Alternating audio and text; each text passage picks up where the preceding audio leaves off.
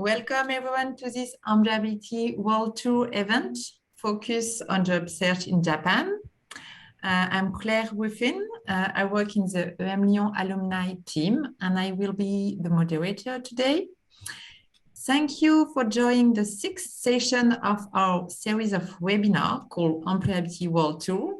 This series of monthly webinars is a world tour to meet EMLYON alumni and recruitment experts around the globe and aims at presenting the employability specificities in 10 countries.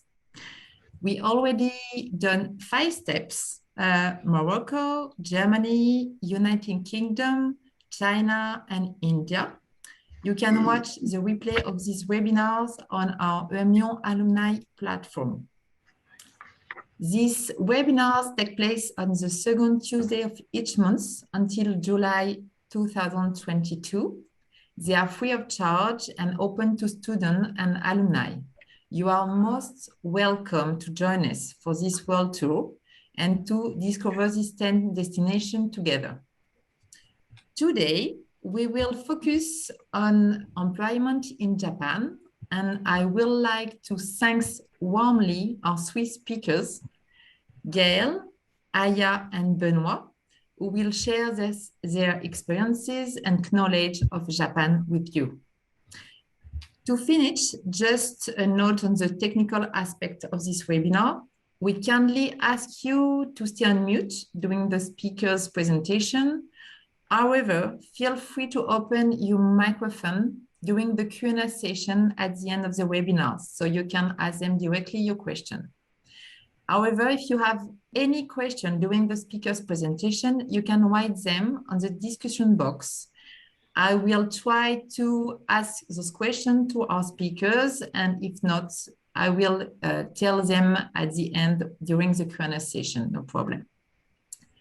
And feel free to open your camera during the presentation, so it's a little bit more friendship and so our speakers don't feel too lonely. Please note that this session will be recorded so we can share it with students and alumni who could not attend the webinar today. Now, after this little introduction, I turn to our speakers who will introduce themselves. Women first. So, Gaël, the floor is yours.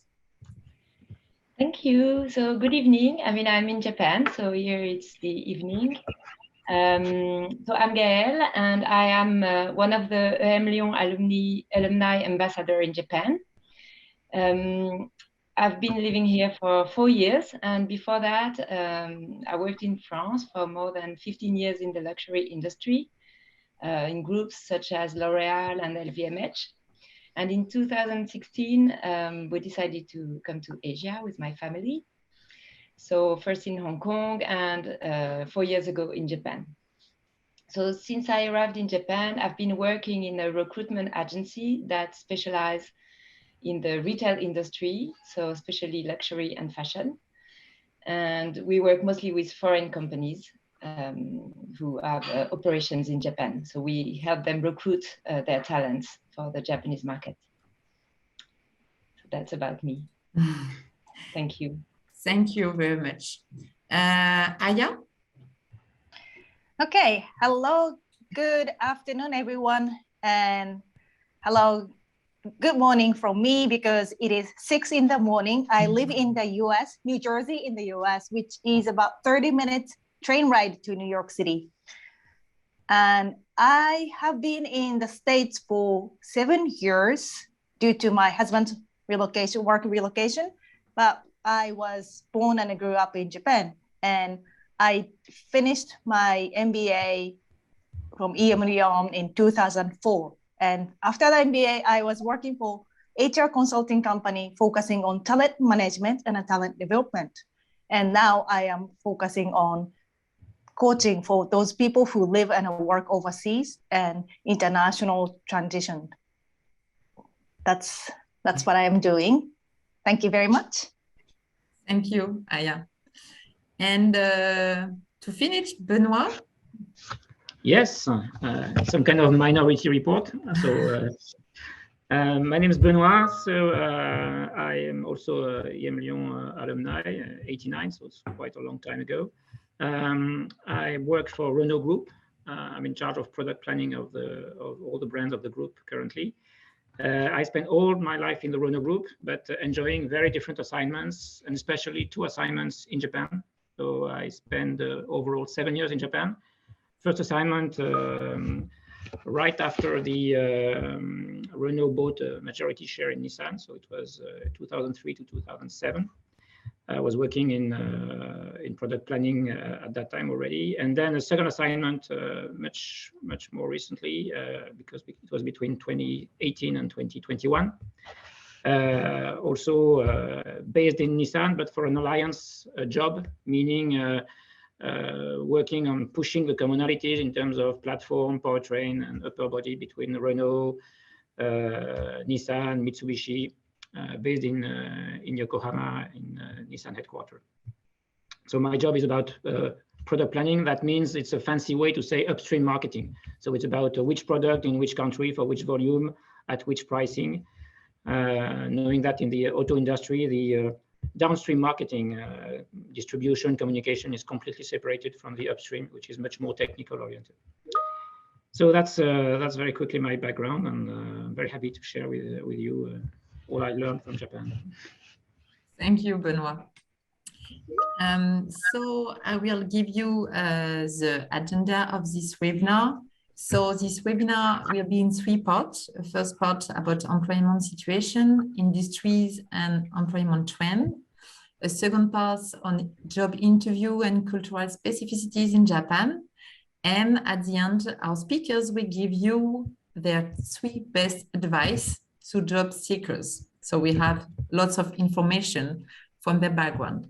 So we will start with the employment situation, industry, and employment trends. So I let you, Gail, for this part, give this situation and employment in Japan. Thank you. Thank you. So, so this is my vision as a recruiter, but again, I focus on a very specific industry. So most of the time it applies to the whole market, but sometimes it's maybe a bit more specific. So, but I think what's very generalist and very unique about Japan market, employment market, is that it's a market with full employment. The unemployment rate is less than 3%. So I think this is really quite unique. I don't know honestly how many countries in the world can beat that. So it's a good thing, of course, to find a job, but it makes it very difficult for companies to hire talents.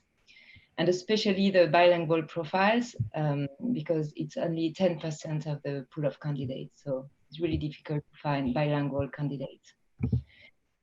I think it's worth mentioning that although the unemployment rate is very low, a big part of the market is made of non-regular workers. So for example, part-time or non-permanent contract account for about 38% of the employment market. And of course, usually it's mainly women or older people who have this type of contract. So it's a very dual market. I'd like also to mention that the women employment rate is 71%. So it's not that low, but what is very striking is the share of part-time. So I think some of the speakers will speak about women employment in Japan, women careers, but I think it's quite a traditional market on this end. So I think it's a good transition to the second point, which is, I think that Japan is a quite old school market for employment. First of all, it's really important to mention that the language barrier is huge. So if you're a non-Japanese speaker and you're willing to work in Japan, it's going to be very, quite difficult, and the options are going to be more limited. So it's an absolute must to speak the language. And they also always mention they want speaker at the business level. which mean basically perfect speaking, writing, and reading. So very difficult to achieve. So I think if you really want to master the language, you need to come and study in Japan and spend maybe 1 year at the university to really learn the language. But I think this, I don't know, it's just my interpretation, but I think beyond the language, it's also because they really want people who are committed to Japan and who can understand also the codes and the values or the culture of the Japanese market.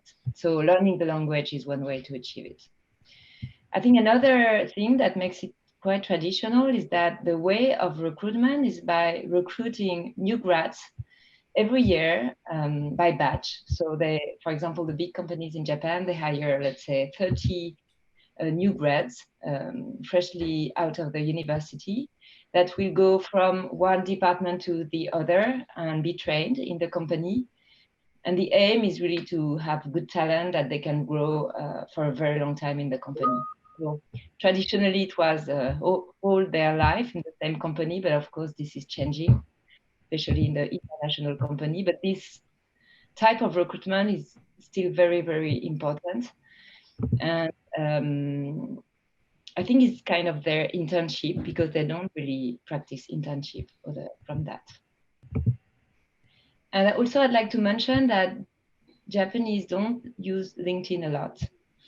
So kind of makes it a bit more difficult to find candidates for me, but also maybe to network in Japan because only really international candidates use it because it says in a way that you're looking for a job when you're on LinkedIn. So it doesn't have a very good image if your boss sees you on LinkedIn. It's changing though, but this is what more traditional candidates are thinking. So I think the result of the 2 points above are that it's a really candidate-driven market where a candidate can have 2 to 3 or 4 offers if they're good and if they speak English. They can really have a lot of options and they're constantly called by agents like me. This is also why there are a lot of recruitment agencies because it's very difficult to find the right talent and to have an attractive enough offer to get the right person. So I think the companies in general do a really low rate of direct recruitment. Okay. Gail, we still have question. Did GRAD's program require also Japanese languages? Sorry, which program? GRAD program. If someone wants to do a GRAD program in Japan, the grad program, so new grads are people out of the university. So it will be only people coming from Japanese university. Okay. And yeah, I think I will talk afterwards of what you can do when you're a non-speaker. Of course, you can always do things, but yeah, this is really traditional Japanese way. Okay. And is there an alternative to LinkedIn in Japan? Yeah, I think so. But to be honest, being a non-Japanese speaker myself, I don't really use it or know it. So no, but I think if you don't speak Japanese, you target international companies, so you can use LinkedIn. This is basically what I do. I use LinkedIn a lot. Of course, it limits the number of candidates, but at least I know that the candidates I will reach are international people who studied abroad, who speak English, or who are interested in international companies. So yeah, there are some tools, some local tools, but I don't really use them. It's different. I think they use a lot. It's weird, but I think they use a lot Facebook as well. I heard that. I never used it, but maybe Aya can tell us after. Yeah, maybe Aya, do you know, you as a Japanese native, if there's alternative to LinkedIn in Japan that you maybe use yourself? I think it's like Gail said earlier that recruiters are still popular. And then also the like reached out by recruiters is very unusual. It doesn't sound common to me. So I think if you're interested in working for a company in Japan, probably you should register yourself in several recruiting agencies, and then they will talk to you. They will try to help you to find a job, and that's how probably it works. Mm-hmm. Okay. They speak about Line is among most developed social network in Japan. That is more like a like a WhatsApp. So yeah, it's more okay. like talking and a chatting and stuff. Okay, they didn't have recruitment services. I don't think so. Okay. And someone says that that they understand that they use BizReach. Yeah, I heard about this one, but okay. I have the name as well. And I have another question for you, Gail. What is your opinion about the startup ecosystem in Japan? Do you think that it's like in France? To be honest, again, I work mainly with international companies, so it's big groups. Well, the last 2 years, there were not a lot of startups coming in Japan, I mean, from abroad, because of the situation. So, you know, yeah, for example, we had companies like Vestiaire Collective who wanted to set up in Japan. So this you can have. And then there are local startups, but then it's going to be very domestic. So, I mean, I'm sure there is an ecosystem, but I don't really know it, or it's not that like in the Silicon Valley or something like that. I think, again, you will have to speak Japanese if you're in a local company. You know, they focus a lot on the Japanese market because themselves, they don't really speak English. So, okay. I mean, generally. Okay, thank you. Maybe we can pass to the second part. You have finished this part, Gail? It's good? Okay. So we will now speak about job interview and cultural specificities. We quite start to speak about cultural specificities between Japan and other countries. So the first speakers for this part will be Aya. Okay, so if you think or have an image of Japan or Japanese people, you might think like how precise they are might come to your mind. And are they really precise? Yes. For example, like a time schedule, meeting appointment, due dates, document style. Sometimes they have specific document styles to follow. You have to follow step by step, or product requirement and exact quality and quantity. And for example, like if you have a meeting at 9 o'clock, you are expected to be in the meeting room to be ready 5 minutes before the meeting time. So you have to be there, ready, probably holding your pen by 8:55. That's how precise they are. So I put a picture that I took from a local supermarket in the US. And I was just walking the aisle with my friend. She was looking for some specific product. I was just following her. I just noticed with these products, and I was shocked. So I took a picture and I called my friend. She's Colombian.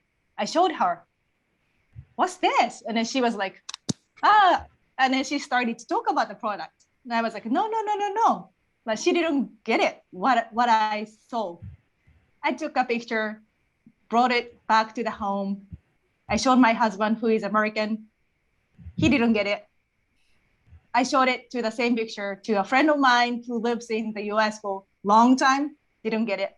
But when I posted this in our Facebook, a lot of my Japanese friends were shocked to see this picture. Why? Those like quantity of the sauce is so different. The one on the left is filled up to the yellow label, but the one in the center is so low. And then like the one on the right is somewhere in between. It is unbelievable for Japanese people's eye. So probably some of you might have the same eye with us, but if you are production manager and then ship these bottles to Japan, they won't accept it because the quantity is not exactly the same. So that kind of precision is very important in Japan. So the second point, do Japanese people like deep discussion or confrontations? No. Many people feel very uncomfortable to say no or to hear no. Not only saying, but they are not comfortable to hear you saying no either. And sometimes they say, oh, it seems difficult, or I feel it is challenging, which means no. So if you hear someone says, oh, it seems difficult, let me see. Don't expect to hear good news because in their mind, they are saying no already. So the good advice I got from someone is keep in mind 10% agreement, which means you might have something to agree with someone. So for example, I understand or I agree with XXX, or I really like your point, or what do you say or think or feel about and then find a common ground to start the discussion. In this way, you don't start the conversation with no, so people feel a little more comfortable to start to have a discussion. So try to find a 10% agreement. Where you can agree with them. The last point, do Japanese people appreciate changes? Yes and no. So Japanese people who has very unique technology system sometimes. So people like innovation or new technology, new products, new trends. If you go to a like convenience store in Japan, you will see new stuff all the time. It is like a paradise for me. I have 2 kids, and every year, not during COVID, but every year we try to go back to Japan. And one place they really, really want to go is convenience store because it is so many different new stuff every year. So they like new stuff. However, people value tradition or precedent and predictability. They don't want a big surprise. They expect you to move a little slower or no surprise. Or if you have some news, you have to share a little by little, or don't disclose everything in one day. Like that is no part of their change. Thank you. That's it. Thank you very much, Aya. It was really interesting. And maybe now we can have more discussion in Japan and to understand better when it's no or yes. Now, Benoit, can you give us your vision about cultural specificities and job interview? Yeah, in fact, I was not interviewed to join Japan as it was a transfer, but I did some interviews hiring people in my teams and working with HR guys also. It was very interesting to see how they work. So three ideas there.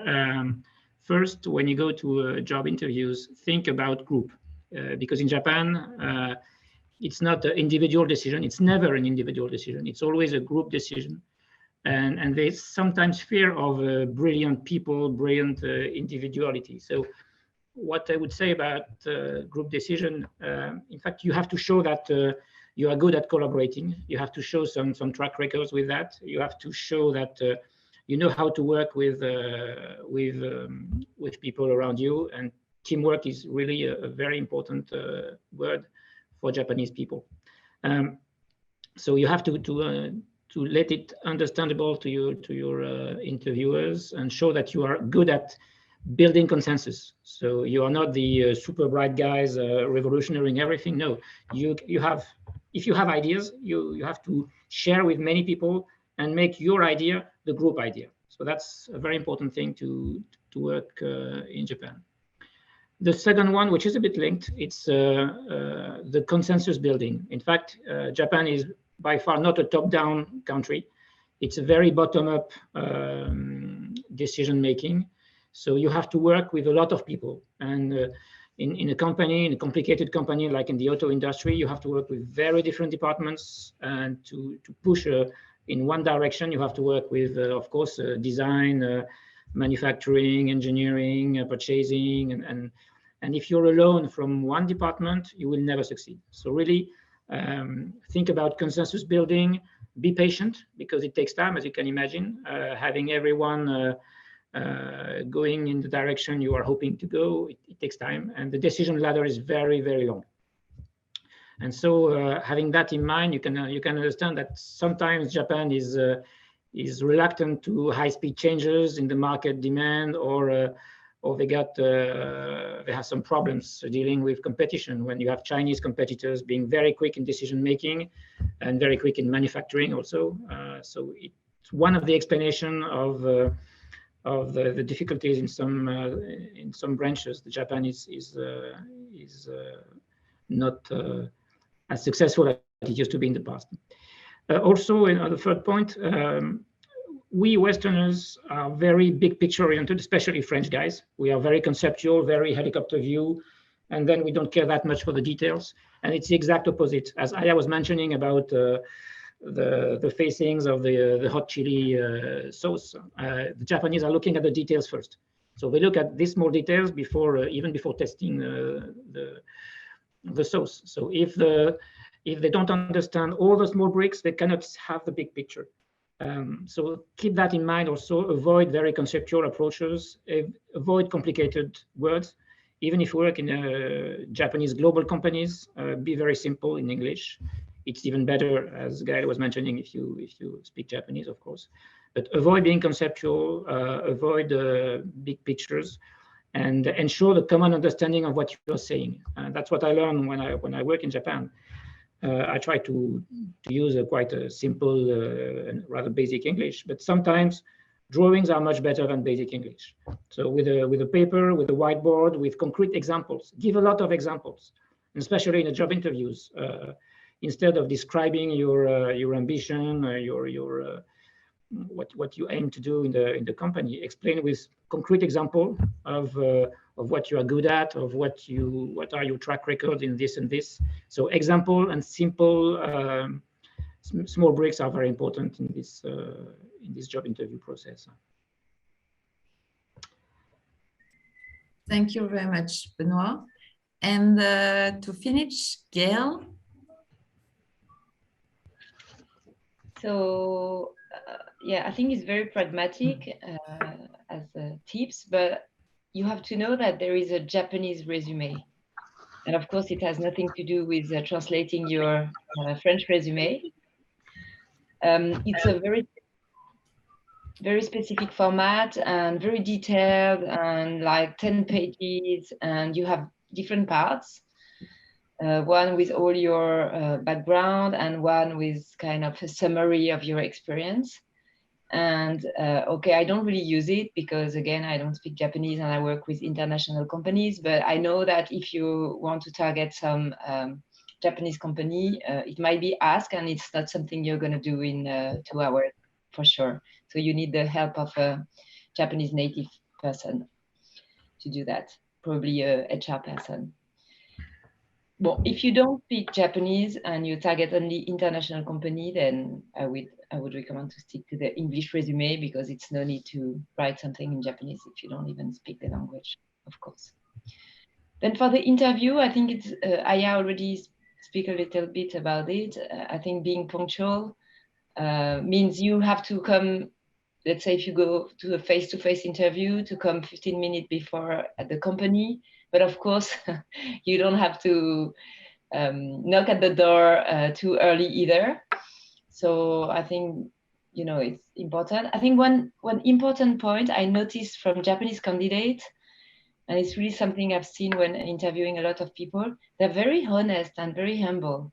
So I think Aya mentioned it as well, but it's not really a, you know, you don't want to oversell yourself and be too aggressive about your achievement. You have to, it's good to be assertive because then you can stand out from the Japanese crowd, let's say, but you really have to be very low-key. So humble and honest, and they never lie about their salary. And even companies check before hiring and making an offer the salary from the previous years. So I think really you cannot really like oversell, let's say, anything. And then all the basic, I think that can apply to other countries are very important in Japan. So if you have a business card, it's very good, but also bringing a pen and paper, taking notes, a paper copy of the resume, dress a bit formal, I mean, to make sure you don't commit any mistake. And of course, do your homework and check the company website and visit the stores if they have any stores, or do your research.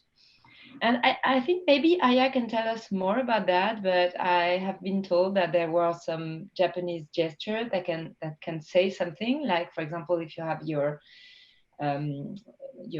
arms crossed, means you feel uncomfortable. So maybe you want to learn about the few specificity because it really expresses something, and for us, it doesn't express anything. So I think it's better to know about it. So in the end, I think it can be a long process. Yeah, you have a lot of interviews, usually including with HQs and local people and HR. And you can have personalities tests, and background check is very often practiced. So I think you have to be patient in general. So yeah, that would be my comments. Thank you, Gail. Thank you very much. So after these cultural specificities, maybe we will go to your best practice of all of you. So Aya, what will be your 3 best practice if you want to go and work in Japan? Okay, so I would say first is show your respect to their culture. Probably, like, if you are already international working people, that is the same for everyone, every country. However, it is very important to show the respect to Japanese culture, so that, like, interest in corporate culture and the country culture. And how do you do it? Ask some questions. Like, for example, if the picture I brought is sake barrels that you might find in a big shrine in Tokyo, because sake is considered as a gift to God. So there are so many, like, levels of the producers. So for example, if you see this, you can ask questions. What is it? What does it mean? Like, what would you like to show? Or even, like, what does it say in the label? Just asking some questions will show that you are interested in what you see. And after you learn something, share what you learn, and then about your culture as well. Like, okay, so in your country, in Japan, you do this, but in my culture, we do this, or we have this kind of stuff we do. Then you can have a good understanding for each other, and that is very nice way to show the respect and interest of Japanese culture, and then they really appreciate your gesture. And everyone says, but learn basic language. And actually, if you're not working for Japanese companies, you don't need to be fluent. Like Gail said earlier, if you're working for international company, that is okay. And my husband is American, and he worked in Japan for 10 years, but he was working for international companies. And all Japanese he could say is ordering some beer and taking a taxi to home. That's it. So he could survive and he could work in the company for 10 years. So it is okay, even if you don't know, even if you're not fluent, if you're working for international companies. However, it is better to learn basic language. And probably you know this, but not many Japanese people can speak English or foreign language. So people understand that even if you're not good at speaking Japanese, but showing the effort you try to learn the language, they appreciate your effort. So like saying hello, thank you, and excuse me, those basic language, if you can say that in Japanese, that is a very nice gesture. And then like also, if you can't say anything, just smile and nod. That might work. And just like Gail said earlier, be humble and modest. So even if you are a specialist or have deep knowledge and experience in your field, don't show it. Like showing off is considered as arrogance.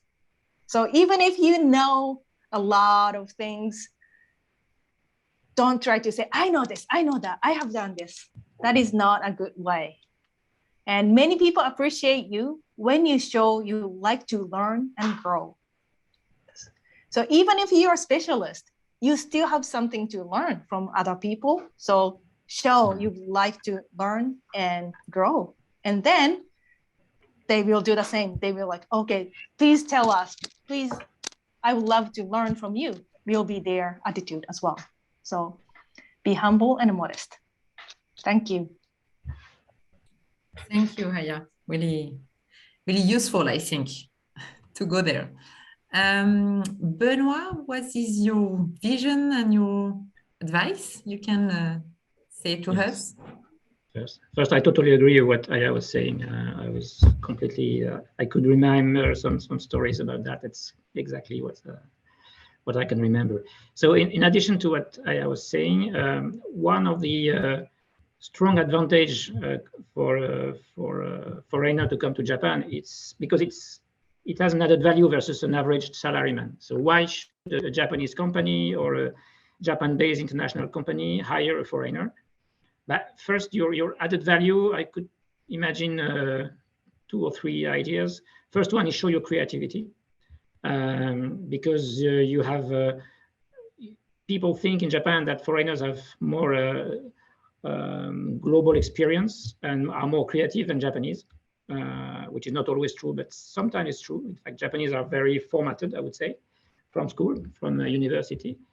And hiring a foreigner is some kind of a way to disrupt a little bit the company and to put fresh blood in the company. So it's good to show that you have something that the Japanese don't have in terms of creativity or thinking out of the box. So that's one point.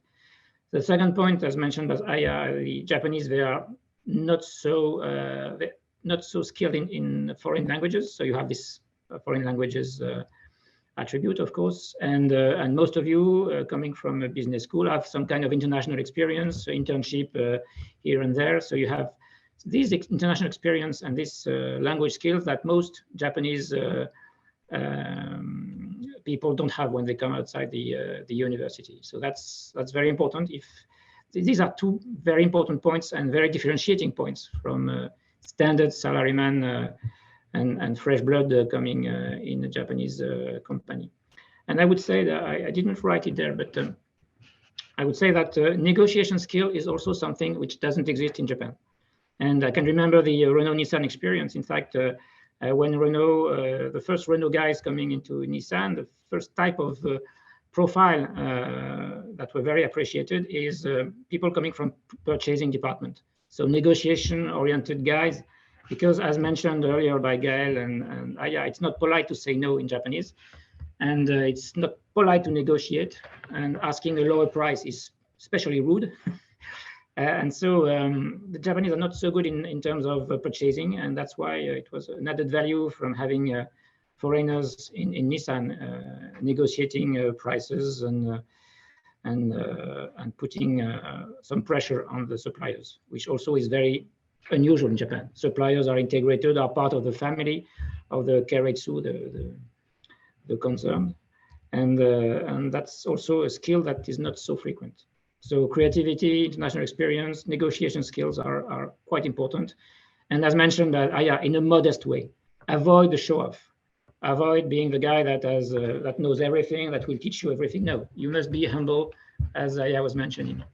And also, it's my second point, humble and hard worker. You're not a tourist.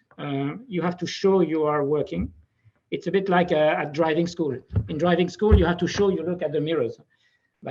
At work in Japan, it's the same way. You have to show that you're working hard, that you're working during a long time, that you are working in a collaboration mindset. So show it at every moment of the day of the week. Hard worker and show it.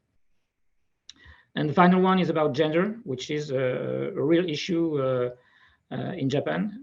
It's a never-ending fight. So it's improving.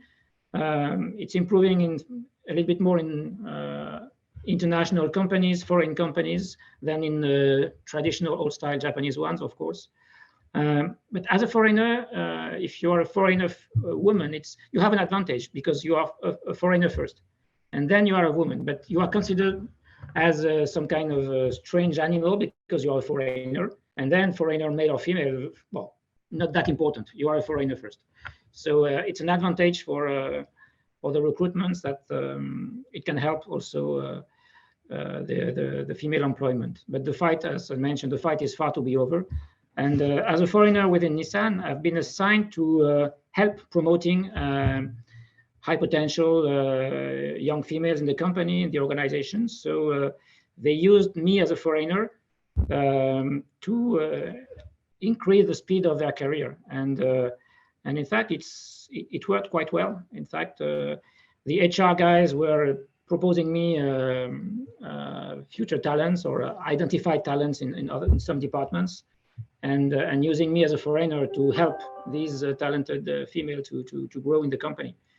And especially in engineering companies such as Nissan, it's not so obvious to find this type of profile. So and it's moving, but it's moving very slowly. But part of my staff, when I left Japan from my first assignment, they moved to a chief product specialist position. So that's quite a senior position for a new product development. And that's the female who was appointed it was the first time in Nissan history that a female came to this chief product specialist position. And that means working with a lot of senior male in engineering to push them and to show them the way. So it's changing, but it's slow, let's say.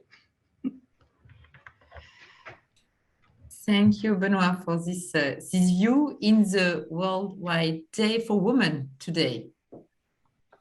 Yeah. And to finish this part, Gail? So maybe what I will say is a bit different from what was said before, but but I think really depends on your objective actually, but I'm really addressing the job seekers in Japan. So people who come to Japan, not sent by a company and who want to look for a job in Japan. Honestly, if you speak the language, all the doors will be open. So if you're a young graduate and you really intend to come to Japan to make a career, I mean, go to the university 1 or 2 more years and learn it very well, because I think then, I think you really stand out for all the reasons Benoit mentioned before. We really stand out with the creativity, with being a bit more out of the box.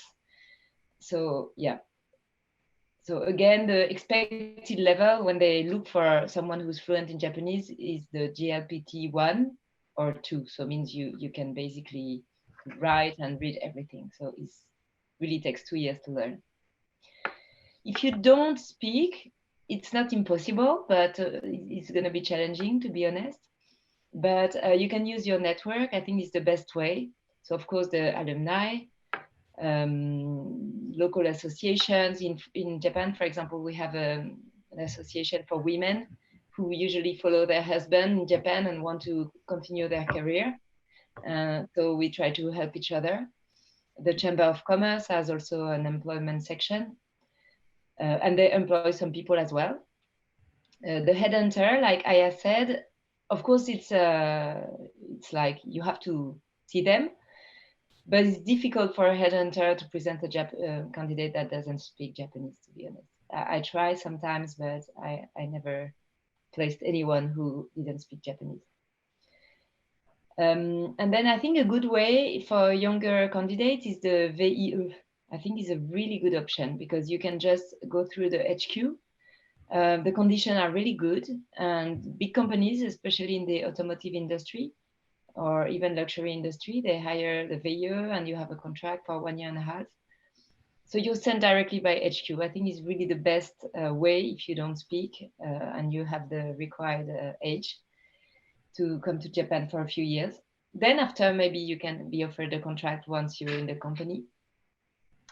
Or also targeting some international companies. So for example, Philip Morris and Amazon are known for recruiting non-Japanese speaker. There might be some more. Of course, then you can have more opportunities, but it's going to be more by case by case. And also I didn't write it, but I think recruitment is like an industry that hire all the non-Japanese speakers. So there are a lot of recruitment agencies. So if you're interested in this, it can be a good option. But of course, you have to decide if you don't speak Japanese, you have to decide whether you want to really build your career. Let's say you have 5 years experience and you want to go to the next step in Japan. If you don't speak, it's going to be very difficult. Maybe you have to start at a lower level, or maybe you will have to compromise a lot to get a job just because of the language. So you have to think, well, what's your priority? Is it coming to Japan or is it continuing your career? If you want to really step up and you don't speak, maybe Japan is not the best place, to be honest.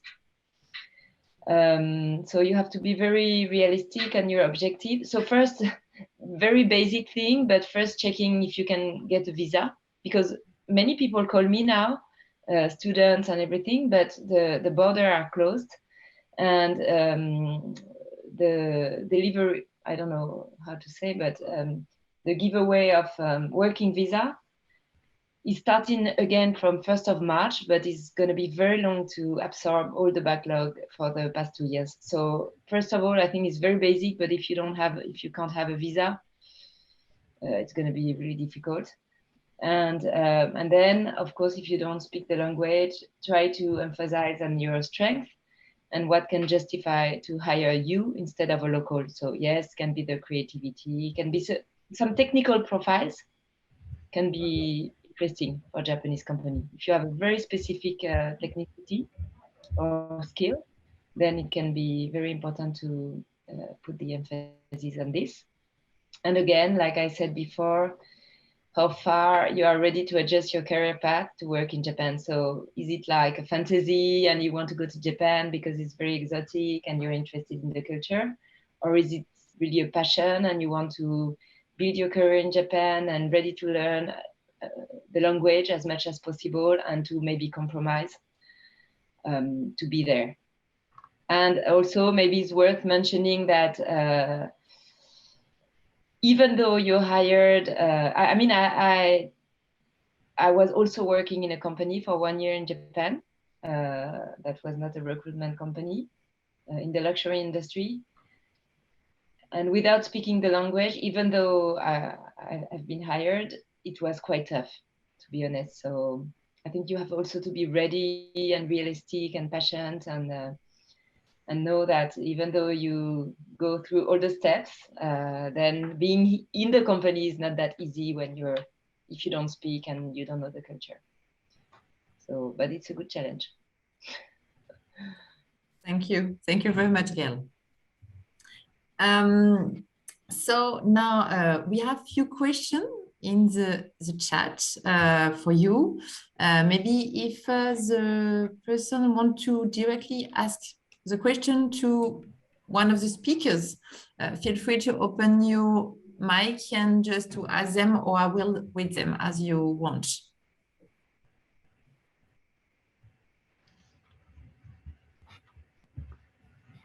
I have a question. Like you guys mentioned, there are recruiting agency. Are they agency there in Japan, or we can find it also in France? You mean agencies, recruitment agencies? Yes. Yeah, I think you should reach out to Japanese. I mean, based in Japan, but some of them are international, so they're more used to supporting international candidates. And how could we find them? Maybe on LinkedIn. Okay. Or the net. I mean, you have all the classic agencies like, I don't know, Corn Ferries, Michael Page. They have a subsidiary in Japan. So the famous one, they're more or less the same. There are some local Japanese agencies.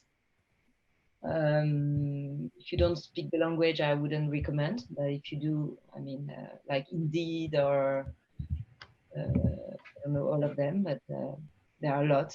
There are really a lot. There are 10,000 agencies in Japan. So yeah.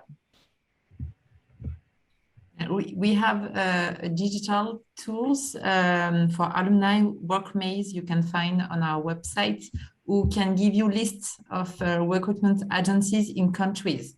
So you can go on this website, going with the website of alumni, and you can find this list. And you can find Japan and have a list of enterprise and of recruitment agencies that you can use if you want. Okay, thanks.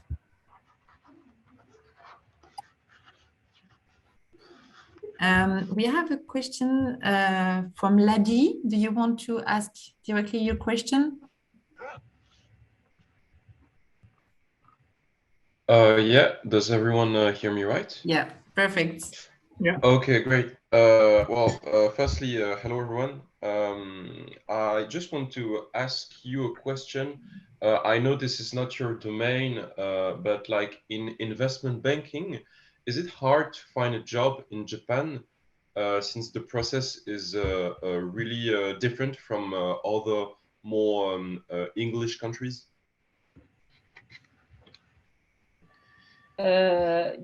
Again, I think if you don't speak the language, it's going to be tough. But I know someone who came with his wife here, but his wife is Japanese, so he was speaking already a little bit, and he learned a good level Japanese, not 100% fluent, but I think he learned a lot of the language, and he found a job in a big investment bank in Japan.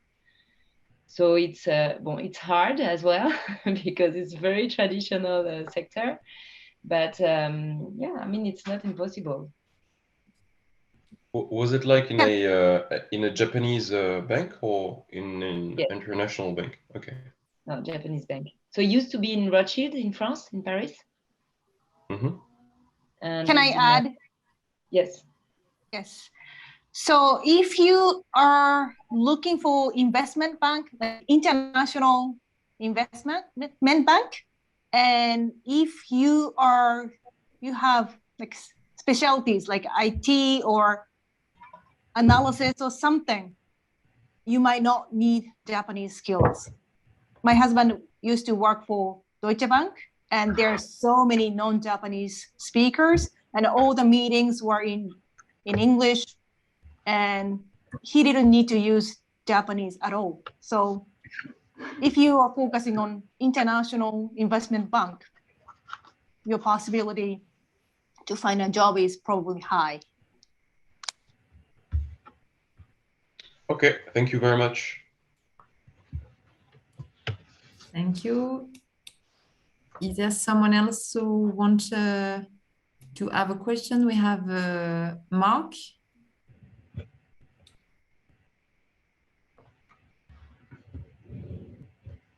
I can ask, does having previous working experiences in Japan in different sectors still helps finding a position? Also, how does Japanese view previous work references abroad and in Japan? So, no, it always helps to have an experience in Japan, for sure, because they like Japanese people, they like the recruiters, they like to have someone who did the same thing before. You know, they really like to be safe. So if you, some very good profile who never worked in Japan, it is more difficult for sure. And then what was the next? And the second one was also, how does Japanese view previous work references? They always do reference check. So it's very important. I mean, you will have to, most of the time you will have to provide a contact or, I mean, I always do it, and it's not my request, it's really my client request, calling former colleague or former boss. Yeah, very important. Even though they're from abroad, it's fine. I think it's very good. Yeah. It's how you said about salary and all the elements that you have to really be honest, because you will check. And yeah, I think, I don't know, Aya, if you know, but I think for a Japanese candidate, or if you worked in Japan, there is a document that give all the detail of your last year's salary, which is basically a tax document, and this is always asked for. But Yes. if you come from abroad, do you think they will ask it if you come from abroad? Maybe not. I think they will trust. Yeah, only, you know, there's a small slip of paper, like Gail said, in Japan, that might be required if you used to be working in Japan and then working for a different company in Japan. That will be required. But if you are relocating from overseas, probably not. No, I think they will ask for details, but usually they trust, because Japanese people, they don't lie, so their salary. So please don't lie. Sebastian asked a question too about all this. Sebastian, do you want to ask directly to one of our speakers, or? Yes, of course. So the question is, as I write it, I guess, is there some consideration concerning the age of people? Is it more easy when you are 30s and when you are 50 to have a kind of acceptance from the Japanese employment market?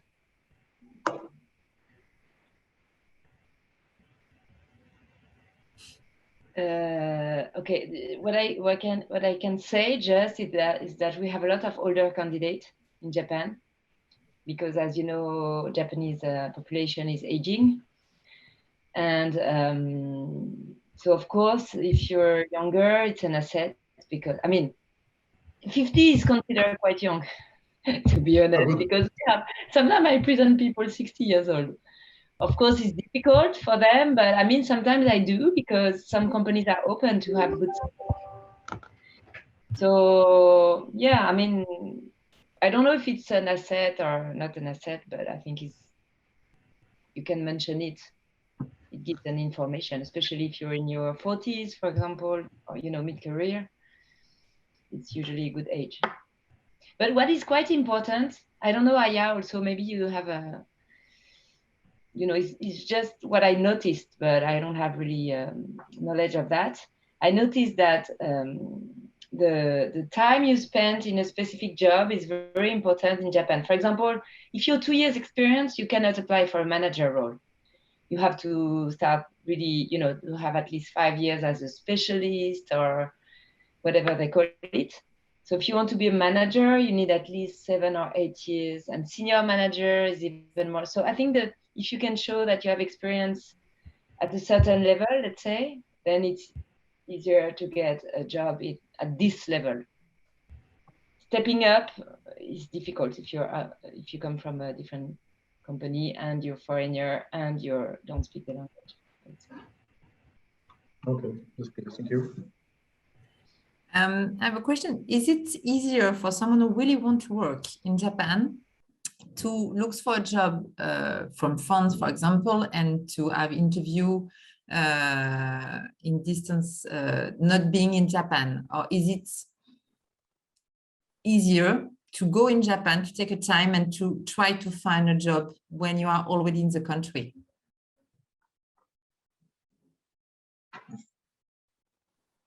Is it for me? Okay, first of all, now you cannot come to Japan. So anyway, you can't do it. It's closed. So until further notice, probably until June or something, will be closed. Of course, it's better to be face-to-face in general before COVID. I think now it's very different. Everyone does the interviewing team. I don't see any candidates anymore, to be honest. It's very rare, even now, that I have face-to-face interviews. So it's really not impossible. And if you're not sure, I mean, I would say if you don't want to take too much risk, because it takes time to find a job in Japan. Again, if you don't speak the language, if you speak the language, you will have plenty of offers. But if you don't, I think it's a lesser risk to start the process from France, for example, contacting the HQ. I would rather go this way if I'm not 100% sure I have to live in Japan. Of course, if you're following your husband or your wife and, you know, or you want to, I don't know, marry with a Japanese person and settle there, it's different. You have, I mean, it's better to come, but I mean, if I wouldn't be here already and looking for a job in Japan and not speaking the language, I would try to search from the HQ first. Thank you. We have a question from Bertrand. Maybe Benoit, you can have the answer. Do you think that some skills are difficult to find in Japan, as you have already done a job interview, and could be used by non-Japanese to find job in Japan? He's speaking about company and managing B2B marketing team in Japan from France. How do you have this type of difficulty? Yeah, in fact, marketing is not very Japanese. So it's very US, Europe types of profiles. And sometimes the type of marketing that Japanese companies are doing is very surprising for gaijin, for foreigners. So it's a bit old style marketing. So having I would say more up-to-date and more accurate marketing skills can be a good idea. In fact, at Nissan, they were hiring a lot of Nissan North America people to Japan, and also hiring from advertising companies everywhere, because there are no really marketing skills, native marketing skills, I would say, from Japanese universities. So I think, yes, it's I understand your point. It's very difficult to find good marketers in Japan. Did someone have another question for speakers? I think just, sorry if I may add, I think e-commerce are in high demand as well, because they're a bit below, you know, compared to other countries. E-commerce is not very advanced in Japan. So they're really in high demand. And I'm sure there are some other really technical skills, less in management, but really in, I don't know, as engineer or IT. And Benoit, do you take VE, for example, the example Gael say in your company in Japan? In fact, Renault company has a lot of VE everywhere, but not in Japan, because Nissan is in Japan. So no. Renault in Japan is almost nothing. Peugeot does PSA. Yeah, PSA does it. Yes, absolutely. Valeo, all those Forestia. Exactly the French suppliers. Exactly, Forestia, Valeo, Michelin. They have VE in Japan. Absolutely. Okay, I'm just looking in the chat if I missed something, or if someone during this time wants to ask you some. Hello, everyone. I'm Eunice. Thank you very much for the presentation. If I may just ask a little question. So myself, I do speak Japanese. I've already done an internship before in Japan. So my domain is more like fashion, luxury, marketing. And I'm wondering if now, let's say, I'm looking for an opportunity in Japan from France. Is it like acceptable for me to write email or reach out to companies or like big international companies? Their headquarters in Japan directly with email or I don't know, like online application, or even if there's no job offers, can I just present myself, my profile, and say that I'm interested, etc. So I don't know if it's something that you can do. I think you can always try. If you speak Japanese, to be honest, the only issue now is the visa. But since the working visa are starting to open, honestly, I think you have a lot of opportunities. So, yeah, I mean, and I guess the past 2 years they didn't hire a lot of foreigners also. So maybe it's an opportunity because everything was locked down. So there is no fresh blood from abroad for the past 2 years. So either agencies in Japan or companies in Japan or HQ in France. You can check, you know, for example, fashion and luxury. Okay, I work always with Kering and LVMH. On their website, there are all the job offers. So if you find something interesting, you can write them. If you don't have answer, you can write me. I know people in some brands, not all of them, but some of them. So I can try help you.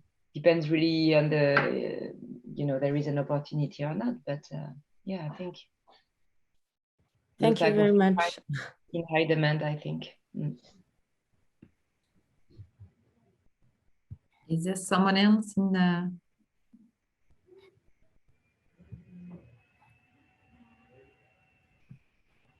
who want to ask a question? Hello, I also have one question. Maybe you can help me solve it. I'm really interested in the cosmetic industry. So I would like to know, how is this industry doing in Japan? Is it like a good idea to maybe learn more about it in this country? Or is it more recommendable to go to maybe to South Korea? But I think both Japan and Korea are big markets for cosmetic. So yeah, it's probably very interesting. The most of the depends on the brand. I know during COVID, some of the brands struggled, but some are doing really well. For example, Aesop, which is an Australian company, they're booming now. So it really depends on the brand. But yeah, I think it's a great market for cosmetic. You have a lot of specificities. So no, what do you think, Aya? Yes. You know, like I hear some people, a lot of people sorry, work from home and are not using cosmetics that much, but still the market is huge. And then a lot of cosmetic industry is kind of old fashioned in a way. However, they want to change. They would love to, they know they have to change. So if they see international candidate, some companies are trying to hire non-Japanese more and more. So I think you have more opportunities in that market. Okay, thank you.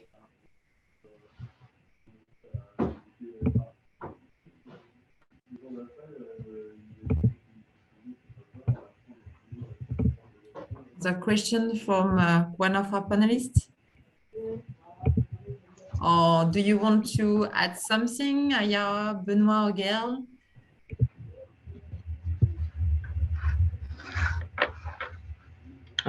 Very simple. It's really fun to work in Japan because it never works the way you imagine it's going to be working.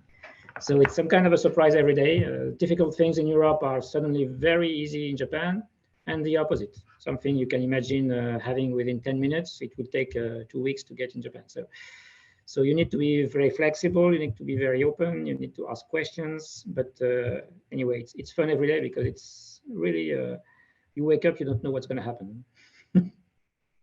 And at the same time, it's a very predictable country. So that's a mix of, as Aya was mentioning about modern and tradition. It's really a mix of very predictable stuff and a lot of surprises every day. So. And also we have a great community, EMLYON. Yeah. We have the head of L'Oréal is an alumni. The head of Air Liquide is an alumni. The head of the French Chamber is an alumni. So I think it's a good place to live. Yeah, what Gail say, it's really true. We have community in lots of countries, and Gail is an ambassador for Japan. So we have alumni or ambassador and who are making events and things like this in different countries. So they are good person you can speak with, and they are really useful. And as Gail say, you have lots of types of sector of industries, of alumni who are working in lots of countries, in more than 130 countries now. So it's really powerful for your job search. And also the head of LVMH of the group. So, I mean, we have plenty of beautiful people. Really beautiful profile. Exactly. Hello, everyone. May I just add that if you want to find the contact details of our ambassadors in Japan, but also in the other countries, you can find them on the EMLYON alumni platform. Just go on the group tabs and then search by country, and you will find the profile and the contact details of the ambassadors who are your main contact when you arrive in a new country. They can then put you in touch with the community, the EMLYON community, and I think that's a really good asset when you arrive in a new place. So feel free to use these our ambassadors' services.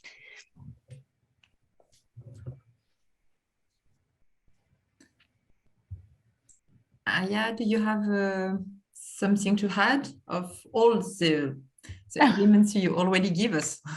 Yes. Like Benoit said, it might be very different. Must be big challenges and surprises for you. But my opinion is must be very interesting experience for you and great opportunity for you to learn something new and grow. So I really want you to try if you are interested in. And that one reason why I chose EMLYON to do my MBA is food. I like to eat good food. And if you are like me, probably Japan is a good place to try different food and good food. So definitely. Yeah. Definitely. Japanese you'll find people, lots of Japanese restaurants.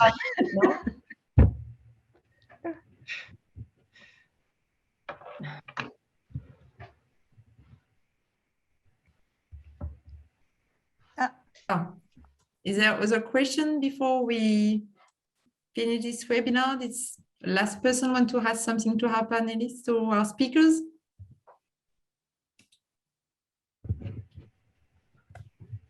No, I think we have already finished.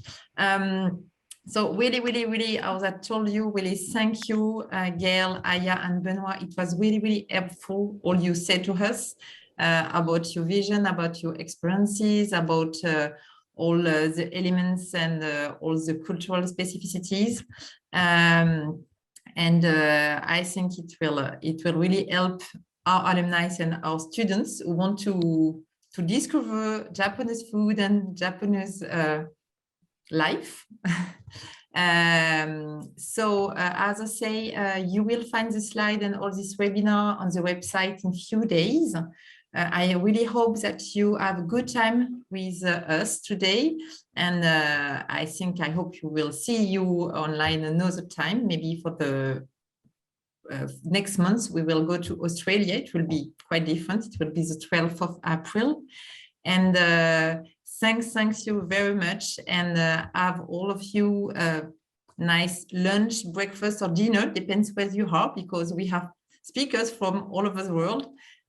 So thanks and have a nice day. And you will find all the information about the next Employability World Tour country in our website. You can see there.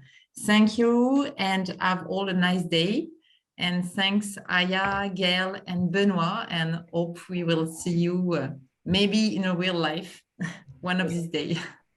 Thank you.